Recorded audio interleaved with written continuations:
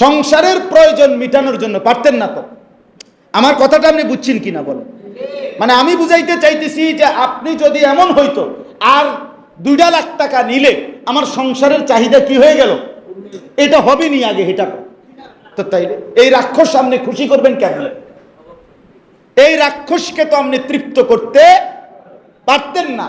কাজে কেন আখিরাত বরবাদ করলেন? কেন নিজের কবর নষ্ট করলেন? কেন নামাজ পড়তে সময় পাইলেন না?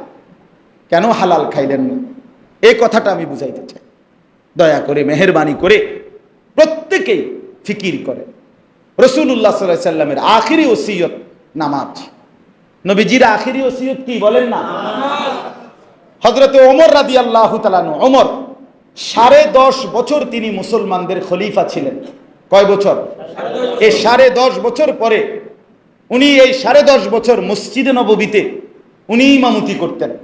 10.5 বছর পরে একদিন ফজরের নামাজের সময় একজন কাফের ছদ্মবেশে ফজরের ওয়াক্তে অন্ধকারের টাইমে চাদর দিয়া শরীর ঢাইকা গোপনে ফজরের নামাজে প্রথম কাতারে আইসা দাঁড়াইয়া ওমর রাদিয়াল্লাহু তাআলা আনহুর কোমরে একটা ধারালো ছুরি দিয়া 7 থেকে 8টা ঘাই দিছে। ফজরের প্রথম রাকাতের আলহামদুলিল্লাহ সূরা পড়ে আরেকটা সূরা শুরু করছে। এই অবস্থা খোদার কসম আমরা কিতাবে পড়ছি, হযরত ওমর রাদিয়াল্লাহু তাআলা আনহুর এদিক দিয়া ছিদ্র করে ফেলছে, রক্তে মেহরাব ভাইসা গেছে।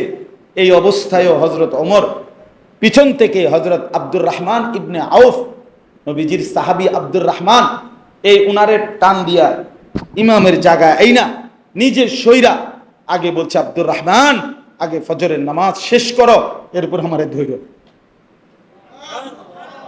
কাঁটা মুরগির মতো উনি তরফাইছে, সাহাবায়ে কেরাম আগে ফজরের নামাজ পড়ছে, এরপরে ওনারা ধরছে। আগে নামাজ, আগে কি? হযরত ওমর রাদিয়াল্লাহু তাআলা আনহু এই আঘাতেই শাহাদাত বরণ করছে। শাহাদাত ইন্তেকালের পূর্বে ওনার ছেলে আব্দুল্লাহ ইবনে ওমর, ওমরের ছেলে, উনি তারে ডাক দিছে। ওমর, ওমরের মতো সাহাবী, ডাক দিয়া বলছে, ইয়া বুনাইয়া, হে আমার প্রিয় ছেলে, আমার এই খাটিয়া চকিটার থেকে দা খাদ্দি আলাল আরদ, আমার এই চকিটার থেকে নামাইয়া মাটির মধ্যে রাখো, আবার আমার এই গালটা মাটির মধ্যে ঘষো, যেন আল্লাহ তাআলা আমার এই অবস্থা দেখা আমার একটু মেহেরবানি করে যেন মাফ করে দেন। আসা রব্বি আন ইয়ারহামানি, হতে পারে মাটিতে এই গড়াগড়ি দেখে আমার আল্লাহ আমারে মাফ করে দিন। ওমরের মতো মানুষ বলছে, নবীজি বলছে অলস, অপদার্থ, অকর্মণ্য, এটা ফালতু লোক, ফালতু মানুষ। রাসূলুল্লাহ সাল্লাল্লাহু আলাইহি সাল্লাম বলেন, আমি রাগ করার কোনো সুরত নাই, রাগ করলে মদিনা শরীফ গিয়া ওনারে বলে আসেন, অসুবিধা কি? বিষয় লাগবে আমি বিষয় করে দেব, আপনি যান। যিনি বলছেন উনার রাগ করবেন, বুঝুন না আমার কথা? এগুলো বলছে কে? রাসূলুল্লাহ সাল্লাল্লাহু আলাইহি সাল্লাম বলছে। তো রাগ করলে উনারে না করবেন, আপনি গিয়া মদিনা শরীফ রওজা শরীফের সামনে গিয়া বলবেন যে আপনি এই কথাটি কেমনে করলেন, আমারে কি করবেন? রাসূলুল্লাহ সাল্লাল্লাহু আলাইহি সাল্লাম বলেন, ফজরের নামাজ যে পড়ে না, যাকা রাজুলুন বালা শাইতানু ফি উযুনাইহি, নওজোয়ান শোনো মিয়া, রাসূল বলছে যে ফজরের নামাজ পড়ে না, শয়তান তার 2 কানে মুত্তা দিছে। বালা শাইতানু ফি উযুনাইহি, তার 2 কানে শয়তান পেশাব করেছে। খোদার কসম এটা নবীজি বলছে। কি বাবা, জিন্দেগি সংসার আল্লাহর রহমতে আপনার দোয়ায় তারা 3 জন বিদেশ গপ মারে, আর বইয়া বইয়া পান খায়, বন খায়, বিড়ি খায়, চা খায়, বুটমুড়ি খায়। বাহ বাহ, চিকন একটা টুলে চা দোয়ানে বইয়া কি গপ। বাহ, টুলটাও তো বালা নামি, একটা বালা টুলে বইতেন তত বালা আছে, একটা সোফা লইয়া বইতেন তত একটা মন্ডারে বুঝাইতেন, একটা চিকন একটা টুলের মধ্যে বইয়া বেটা ফুডাঙ্গিরি মারে। তারা 3 জন বিদেশ, তারা আল্লাহর রহমতে আমি ভালোই আছি, কিতাবালা ভাত কতটি খায় আর কি। এই বাজার সদাই ফাঙ্গাস, তেলাপিয়া, মুরগা, হাঁস, গোস্ত মস্ত খায়, এইটাই জীবন। এই জীবন। আস্তাগফিরুল্লাহ, আস্তাগফিরুল্লাহ। আখিরাত কোথায় বাপ? সন্তানের নামাজ কোথায় বলেন? রাসূলুল্লাহ সাল্লাল্লাহু আলাইহি সাল্লাম ইন্তেকালের সময় 63 বছরের জিন্দেগি যখন শেষ করেছেন, 23 বছর যখন ইসলাম প্রচার শেষ করলেন, কসম আল্লাহর বাপ, নবীজি যেদিন পৃথিবী থেকে বিদায় নেয়, মালাকুল মউত আজরাইল সামনে, জিব্রাইল সামনে, আম্মা জান আয়েশা নবীর বিবি, ওনার বুকে মাথা রাখা অবস্থায় নবীজির জান কবজ করবে, এই সময় আল্লাহ রসুল আয়েশা রাদিয়াল্লাহু তাআলা আনহাকে বলছেন, আয়েশা, দুইজন ফেরেশতা সামনে, তাদেরকে সাক্ষী রেখে আমি চলে যাচ্ছি। আয়েশা, যাওয়ার সময় শেষবারের মতো আমার উম্মতের জন্য তোমার কাছে বলে যাচ্ছি, আসসালাত আসসালাত আসসালাত। উম্মত আমার যেন নামাজ ঠিক মতো পড়ে, নামাজ ঠিক মতো পড়ে। আমার উম্মতরে বইল নামাজ ঠিক মতো বুঝে নিয়ে আসতে, আমি হাসরের ময়দানে থাকবো, আমি জান্নাত বুঝায় দেব, আমি জান্নাত বুঝায় দেব। পরে বইল নামাজ নিয়ে আসতে। আরে মিয়া, এটা তো পৃথিবীর নিয়ম। কোন ডাকাত, কোন সন্তান যদি পাশানো হয়, তারপরও বাপের মৃত্যুর মুহূর্তের কথা, ওসিয়তকে পাষাণ সন্তানও পালন করে। কথা বুঝেন নাই? যেটা আমার বাবার কি কথা ছিল, মৃত্যুর সময়ের শেষ কথা ছিল, এটা আমার আব্বার। আমার নবী সাল্লাল্লাহু আলাইহি সাল্লামের মৃত্যুর মুহূর্তের শেষ কথা ছিল কি? নামাজ। হায় উম্মত, তুমি কতটা পাষাণ, তুমি সেই কথা ভুলে গেল, সেই কথা ভুলে গেল। স্ত্রী সন্তানকে খুশি করতে পারতেন না।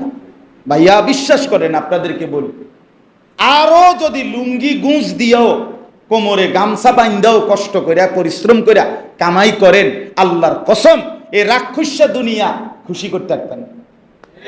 দুনিয়া রাক্ষস, রাক্ষস।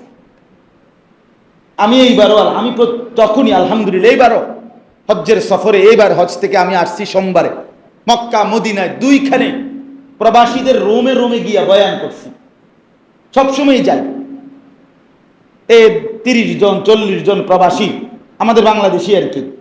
আমি অনেকের কাছে শুনি, ব্যক্তিগতভাবে কথা বলি, কি অবস্থা ভাই, 18 বছর না 28 বছরও বিদেশ করেও বউ বাচ্চা, সংসার, মা বাপ, পরিবার সন্তুষ্ট করতে পারে না। কি করতে পারে না? হুদা হয় না, সন্তুষ্ট হয়, কে যায়। আমি আজকেও বলছি, আমি এক বেটার 4 কোটি টাকা দিয়ে 2 তালা বিল্ডিং করছে, 4 কোটি খরচ করে এই বাংলাদেশে। আমি ওই বিল্ডিং এ গেছি, ওনার দাওয়াত, অত্যাধুনিক বাড়ি, আলিশান বাড়ি। ওনার ডেঙ্গু জ্বর হয়েছিল, ফু দিতাম, গেছিলাম ওনার বেটায় আমার আবদার করে নিছিল, দোয়া করতাম। 4 কোটি টাকা খরচ করে বাড়িটা করছে। গিয়ে দেখি বাথরুমে, আমি গেছি এটার ভিতরে, বাথরুমে গিয়ে দেখি সিটকারির যে দরজার করাটা, সিটকারিটা, এটা যে বল্টুটার মধ্যে লাগায়, বুঝেন নাই? সিটকারি বুঝছেন তো? সিটকারিটা যে একটা ছোট্ট জিডার মধ্যে লাগায় আর কি, সিটকারিটা, বল্টুটা, এইটা নাই। এখন আমি বাথরুমের দরজাটা কেন লাগাইতাম? কন্যা। পরে বালতি ছিল, এটার ভিতরে একটা বালতির মধ্যে অর্ধেক পানি নিয়া এটারে দরজার মধ্যে ঠেলা দিয়ে তুই বইছি।